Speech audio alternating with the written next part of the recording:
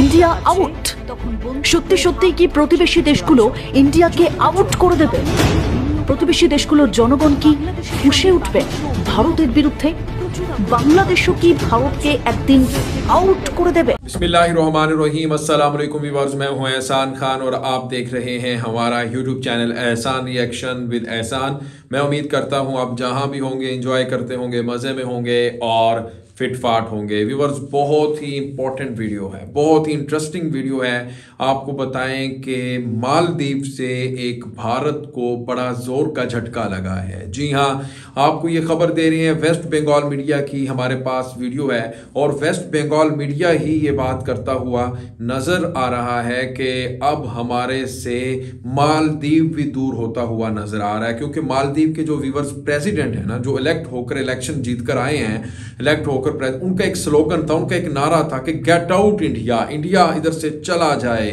और आखिर क्या वजह है? अब West Bengal media, Indian media ये कह रहा है कि हमारे हाथ से सभी निकलते हुए नजर आ रहे हैं। साउथ एशिया में चाइना कब्जा करता हुआ नजर आ रहा है, नेपाल हमसे चला गया, श्रीलंका हमारे हाथ से निकल गया, भूटान हमारे हाथ से निकल गया और एक सिर्फ बांग्लादेश हमारे साथ है।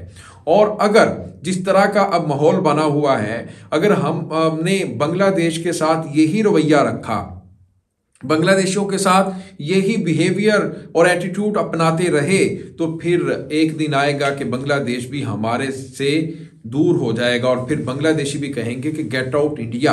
बड़ी इंटरेस्टिंग वीडियो। आपको बताएं कि तकरीबन जितनी मालदीव की आबादी है, पॉपुलेशन है, उसका 30% बांग्लादेशियों का बनता है टोटल आबादी का, और दूसरी तरफ 10 to 15% बनता ही है इनकी आबादी। उसमें टोटल की अगर बात करें इंडियंस की, इंडियन उधर रहते हैं 10 से 15%।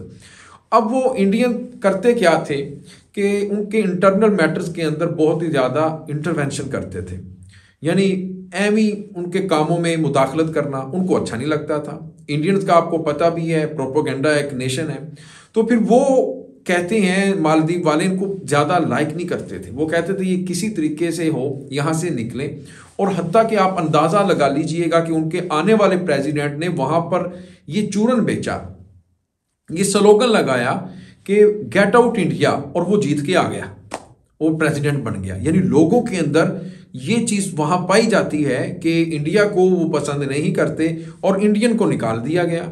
और आप खुद हिसाब लगा लीजिएगा कि जो इंडियन नेवी है, पहले मालदीव में होती थी, उनको भी उन्होंने वापस भेज दिया है। अब गुस्से में जो वेस्ट बंगाल मीडिया है या लोग कह लें, वो ये बात करते हुए इंडियन नज़र आते हैं कि ये हमें निकालने की वजह ये असल में चाइना की वजह है, और चाइना यहाँ अपना असर दिखा रहा है और हम अपना असर खो रहे हैं। नहीं, ऐसा मेरे ख्याल में नहीं है।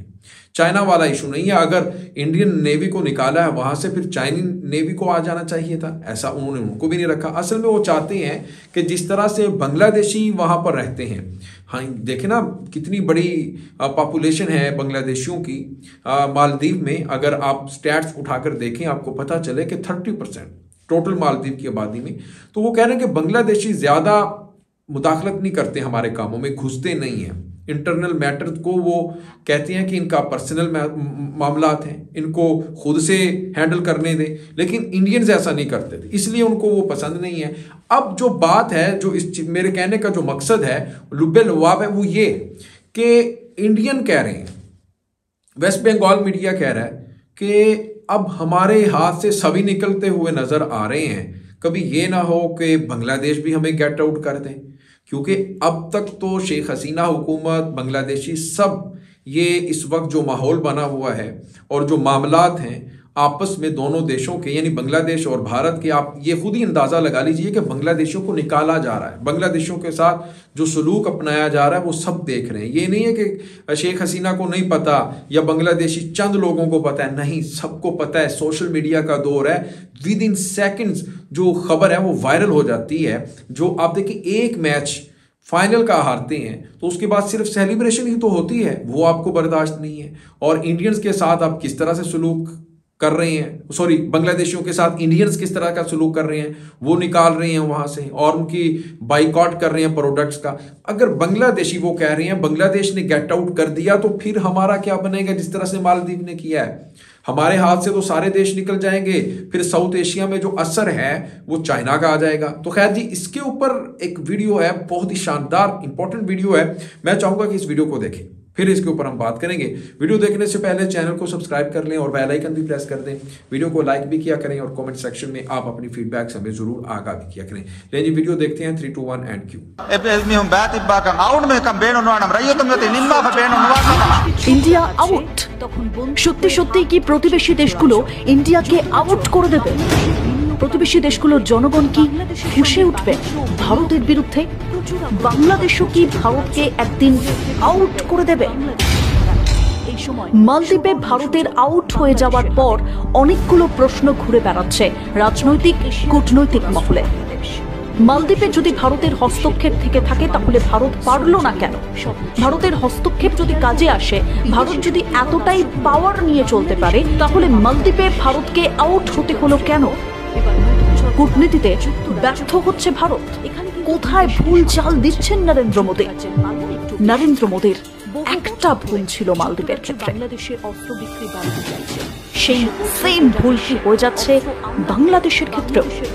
দেশটার জনগণ কি ফুঁসে উঠবে মালদ্বীপের জনগণের মতোই? মালদ্বীপের সাথে ঘনিষ্ঠ সম্পর্ক ভারতের। 1965 সালে স্বাধীনতার পর মালদ্বীপের সঙ্গে কূটনৈতিক সম্পর্ক স্থাপনকারী প্রথম দেশ এই ভারতই ছিল। মালদ্বীপ ভারতের জন্য খুব গুরুত্বপূর্ণ, কারণ দেশটা পূর্ব ও পশ্চিমের মধ্যে প্রধান শিপিং রুটে ভারত থেকে 2000 কিলোমিটারের কম দূরে অবস্থিত। বাংলাদেশের রপ্তানি আমদানির প্রায় 8 গুণের মতো কোটি কোটি টাকার উন্নয়ন সহায়তা দিয়েছে ভারত মালদ্বীপকে।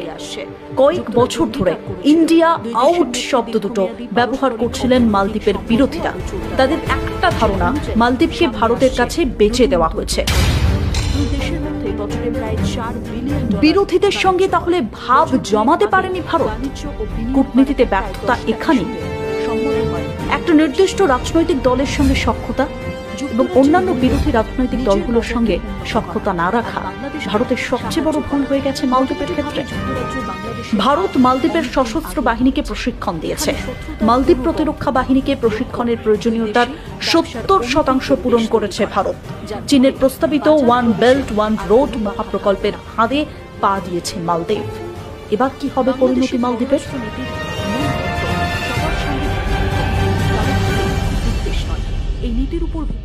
মালদ্বীপের জনগণ যদি ভারত বিরোধী হয়ে উঠতে পারে, তাদের যদি মনে হয় সার্বভৌমত্ব অক্ষুণ্ণ থাকছে না, তবে বাংলাদেশের ক্ষেত্রেও সেই সম্ভাবনা প্রবল। কূটনীতিকরা তাই বলছেন। বাংলাদেশ ও দক্ষিণ এশীয় আঞ্চলিক সহযোগিতা সংস্থার সদস্য। মালদ্বীপের মতো বাংলাদেশেও চীন আর ভারতের টক্কর চলছে। চীন যেভাবে প্রভাব বিস্তার করে ফেলেছে মালদ্বীপে, সেই একইভাবে প্রভাব বিস্তার করার চেষ্টা করছে বাংলাদেশের ক্ষেত্রেও। চীন প্রভাব বিস্তার করার চেষ্টা করেছে নেপাল, শ্রীলঙ্কা, পাকিস্তানের ক্ষেত্রেও। আওয়ামী লীগ সরকারের দিকে ভারতের বেশি মাত্রায় ঝুঁকে যাওয়ার প্রবণতাটা ভালো ফল নাও দিতে পারে ভারতকে, যেমন মালদ্বীপের ক্ষেত্রেও একই ঘটনা ঘটেছে ভারতের ক্ষেত্রে। व्यूअर्स, आपने ये वीडियो देखी और West Bengal media, Indian media असल में अपना पछतावा और वो कहते हैं ना रोना रो रहा है और कह रहा है कि अगर ये बांग्लादेश भी हमारे हाथ से निकल गया तो हमारा क्या बनेगा। वो अपने आप को कोस रहे हैं, कह रहे हैं कि एक बांग्लादेशी तो बचता है, नेपाल हमसे दूर हो गया है और मालदीव ने खुद गेट आउट कर दिया है, श्रीलंका हमारे हाथ से निकल गया। साउथ एशिया में वो कह रहे हैं कि चाइना आ गया है और चाइना का असर है और हम क्या कर रहे हैं, हमें देखना होगा, हमें नजरसानी करनी होगी अपनी फॉरेन पॉलिसी के ऊपर। तो व्यूअर्स, आप क्या कहते हैं? क्या बांग्लादेश भी एक टाइम आएगा कि जब 2.6 मिलियन जो रहते हैं इंडियंस बांग्लादेश में, क्या बांग्लादेश भी उनको कहेगा कि गेट आउट, या फिर नहीं आने वाले वक्त में? मैं ये नहीं कह रहा कि आज ही कह रहे हैं, कुछ टाइम तो लगेगा ना साहब, वक्त तो लगता है ना, क्योंकि उनके जो तौर तरीका है वो कोई अच्छे नहीं लगते। तो आप बताइएगा कमेंट सेक्शन में। तो मिलेंगे इंशाल्लाह नेक्स्ट वीडियो में, तब तक के लिए अल्लाह हाफिज़।